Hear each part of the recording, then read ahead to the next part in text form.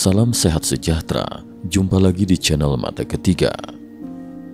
Waktu terus bergerak menuju tanggal yang kini menjadi momok bagi jutaan orang di Asia Timur, 5 Juli 2025. Akankah hari itu menjadi saksi gempa bumi dahsyat yang konon akan meluluh lantakan Jepang? Ataukah ini sekadar parodia massal akibat ramalan seorang komikus yang berubah menjadi ikon spiritual, Ryo Tatsuki? Fenomena ini telah mengguncang masyarakat, industri pariwisata, bahkan menggetarkan kesadaran kolektif lintas negara. Dan kini, lewat buku terbarunya Perjanjian Sang Malaikat, sang peramal mencoba meredakan badai kepanikan dengan pesan mendalam yang menembus logika dan batin. Dari komikus menjadi peramal, jejak hidup Ryo Tatsuki. Nama Ryo Tatsuki mungkin selama ini lebih dikenal lewat karyanya Mimpi Yang Aku Lihat Tentang Masa Depan, sebuah manga yang memuat kisah-kisah ramalan, bencana, dan ketakutan manusia akan masa depan. Namun, perjalanan hidup Tatsuki sebenarnya jauh dari sosok paranormal. Ia hanyalah seorang gadis biasa, lahir di Jepang tahun 1954, yang memulai debut manga pada tahun 1975 di majalah Putri. Segalanya berubah saat ia berusia 9 tahun, diserang flu berat dan jatuh dalam keheningan panjang di ranjang sakitnya. Disitulah ia bermimpi bertemu seorang lelaki tua berjubah putih, sosok misterius yang membawanya melayang memandang bumi dari atas, memberinya pengertian mendalam soal makna hidup dan kematian. Pengalaman itu membuka pintu spiritual, menanamkan benih kepekaan batin yang kelak tumbuh subur dalam bentuk mimpi-mimpi penuh simbol. Di usia 17, kecelakaan lalu lintas kian memperdalam perenungannya akan makna hidup. Dalam tidur, ia kerap menjumpai malaikat, naga bercahaya, atau lelaki tua berambut putih. Setiap sosok membawa pesan samar, seolah mengingatkan bahwa hidup ini rapuh dan masa depan bisa berubah dalam sekejap. Lulus SMA, Tatsuki memilih merantau dan belajar manga dari buku panduan milik kakaknya. Ia mulai menulis dan merekam mimpi-mimpinya secara sistematis sejak usia 22 tahun, menggunakan kertas sisa pasien rumah sakit tempat ibunya bekerja. Catatan-catatan itu setebal 10 cm menjadi harta karun yang kelak menularkan ramalan-ramalan heboh. Spiritualitas, perjalanan ke India dan makna mimpi. Mimpi-mimpi Tatsuki tak pernah biasa. Pada tahun 1998, ia melakukan perjalanan spiritual ke India dan bertemu Sai Baba. Dari pertemuan itu, ia belajar bahwa segala sesuatu dan Tuhan adalah satu kesatuan. Mimpi adalah jembatan antara jiwa dan sumber ilahi. Dalam tradisi Shinto dan Buddha di Jepang, mimpi diyakini sebagai pesan dari dewa atau leluhur, sebuah warisan budaya yang menguatkan keyakinannya bahwa apa yang ia alami bukan sekedar bunga tidur, melainkan peringatan penting untuk umat manusia. Menurut Tatsuki, sosok malaikat atau lelaki tua dalam mimpinya adalah manifestasi makhluk dari dimensi lebih tinggi yang menuntunnya menyampaikan pesan. Buku Perjanjian Sang Malaikat pun ditulis sebagai refleksi mendalam atas pengalaman spiritual ini, sebuah seruan bagi manusia agar membangkitkan sisi ilahi dan kesiapsiagaan dalam menghadapi risiko tak terduga.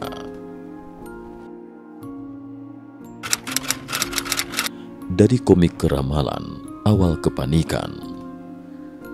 Tahun 1994 hingga 1998, Tatsuki mulai menuangkan mimpi-mimpinya ke manga, terutama dalam genre horor. Namun puncaknya terjadi pada 1999, ketika ia menerbitkan kompilasi Mimpi Yang Aku Lihat Tentang Masa Depan yang berisi 8 cerita ramalan, mayoritas tentang bencana. Salah satu prediksi yang paling terkenal dan terbukti adalah gempa dan tsunami 11 Maret 2011 di Jepang yang membuat namanya semakin melambung. Namun ramalan yang kini menghantui banyak orang adalah prediksi gempa raksasa pada 5 Juli 2025. Ramalan ini pertama kali muncul pada sampul edisi lengkap manganya tahun 2021 dengan keterangan mencolok bencana besar Juli 2025. Detail mimpi gempa 5 Juli 2025, gambaran mencekam dari alam bawah sadar.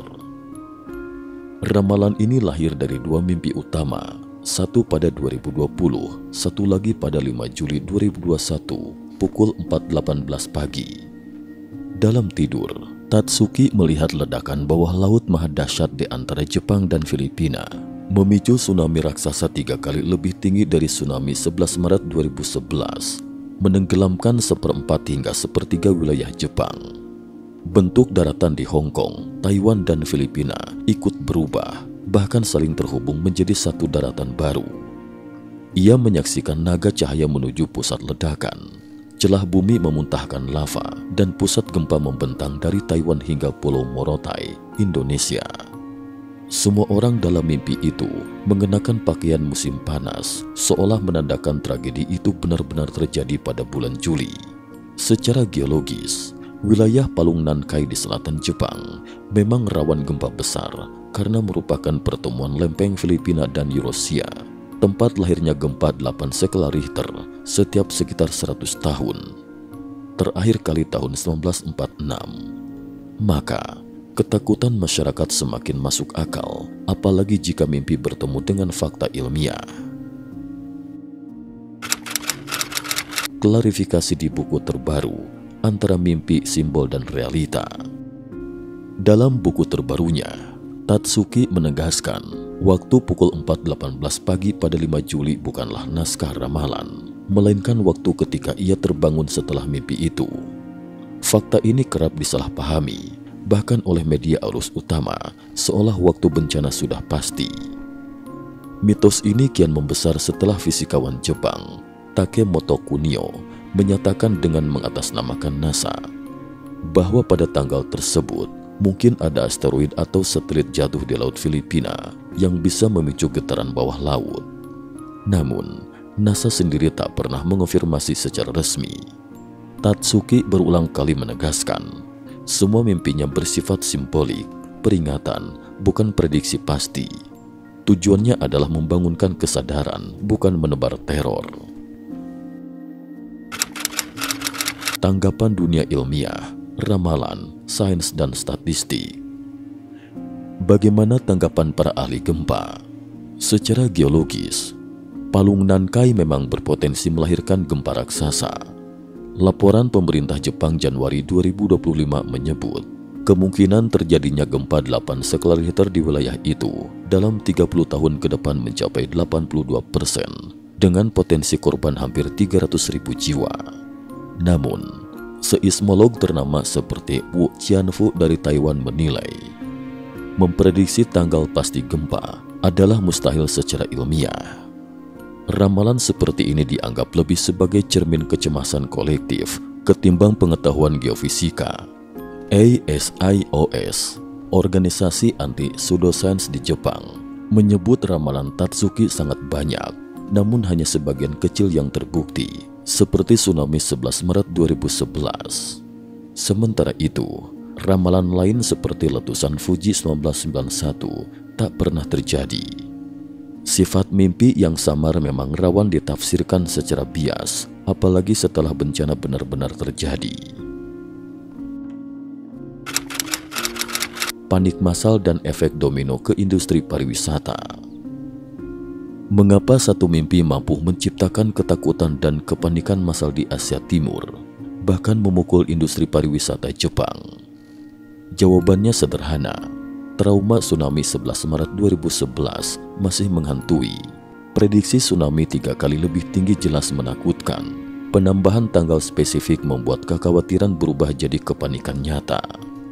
Topik panduan bertahan 725 viral di Hong Kong, dibaca lebih dari 1 miliar kali. Ramalan serupa muncul dari pakar Feng Shui Hong Kong seperti Chi Xian Yu dan Lin Mei. Maskapai seperti Greater Bay Airlines mengurangi rute ke Sendai dan Tokushima. Hong Kong Airlines menangguhkan penerbangan ke Jepang. Turis turun 30 hingga 50% di awal Juli. Di YouTube, ribuan video membahas potensi bencana ini, sebagian besar dengan nada sensasional. Dalam situasi ini, Tatsuki lewat bukunya berusaha meluruskan. Tanggal dalam mimpi hanyalah simbol, bukan waktu pasti kejadian. Fokuslah pada kesiapan, bukan ketakutan. Ia menyesalkan dampak buruk ramalan pada pariwisata dan menyerukan agar masyarakat tetap rasional serta mengikuti saran ilmuwan. Dampak positif, bangkitnya kesadaran mitigasi bencana. Uniknya, di balik ketakutan ini, justru muncul gelombang kesiapsiagaan nasional. Penjualan perlengkapan mitigasi bencana di Jepang, Hong Kong, dan Taiwan melonjak 20%. Tingkat partisipasi dalam latihan bencana naik signifikan. Masyarakat ramai-ramai menyiapkan tas darurat dan stok makanan. Pakar mitigasi bencana Jepang, Yamamura Takehiko, menilai ramalan Tatsuki justru membawa manfaat. Apapun kebenarannya, masyarakat jadi lebih sadar pentingnya mitigasi bencana. 5 pesan penting dari mimpi tsunami Ryo Tatsuki. Lewat buku terbarunya, Tatsuki mengungkap 5 pesan utama dari mimpi tsunaminya. 1. Nama dewa kematian. Dalam mimpi, ia mendengar teriakan Hades, dewa kematian Yunani, simbol bencana bawah tanah atau pembukaan gerbang neraka. 2. 3 kapal pesiar rusak. Kapal mewah usang, penuh penumpang lintas negara, menandakan skala global dari bencana, bukan hanya Jepang. 3. Perubahan bentuk daratan. Ia melihat tsunami besar yang bukan 11 Maret, melainkan bencana Juli 2025 yang bahkan menghubungkan daratan Asia. Ini senada dengan prediksi ahli Kanada, Brent Dimitrek, soal Calebra event. 4. Kelangkaan logistik. Air dan roti menjadi barang paling berharga saat bencana. Stok air dan uang tunai mutlak diperlukan untuk bertahan. 5. Makna tanggal bencana. Ia menegaskan, waktu 5 Juli hanyalah momen kesadaran kolektif, bukan jam kejadian pasti. Renungan, bencana, karma, dan kebangkitan jiwa. Tatsuki menutup bukunya dengan refleksi mendalam. Dalam ajaran Buddha, bencana adalah akumulasi karma manusia, kerakusan, permusuhan, kerusakan alam. Ramalan mimpi bukan prediksi ilmiah, tapi cermin bagi kesadaran kita. Apakah 5 Juli 2025 akan terjadi gempa besar? Sains tidak mampu memberi jawaban pasti. Namun, perjanjian sang malaikat mengajak kita untuk mempersiapkan diri, bukan sekadar secara fisik, tetapi juga spiritual, membangkitkan sisi ilahi, empati, dan kerjasama sosial.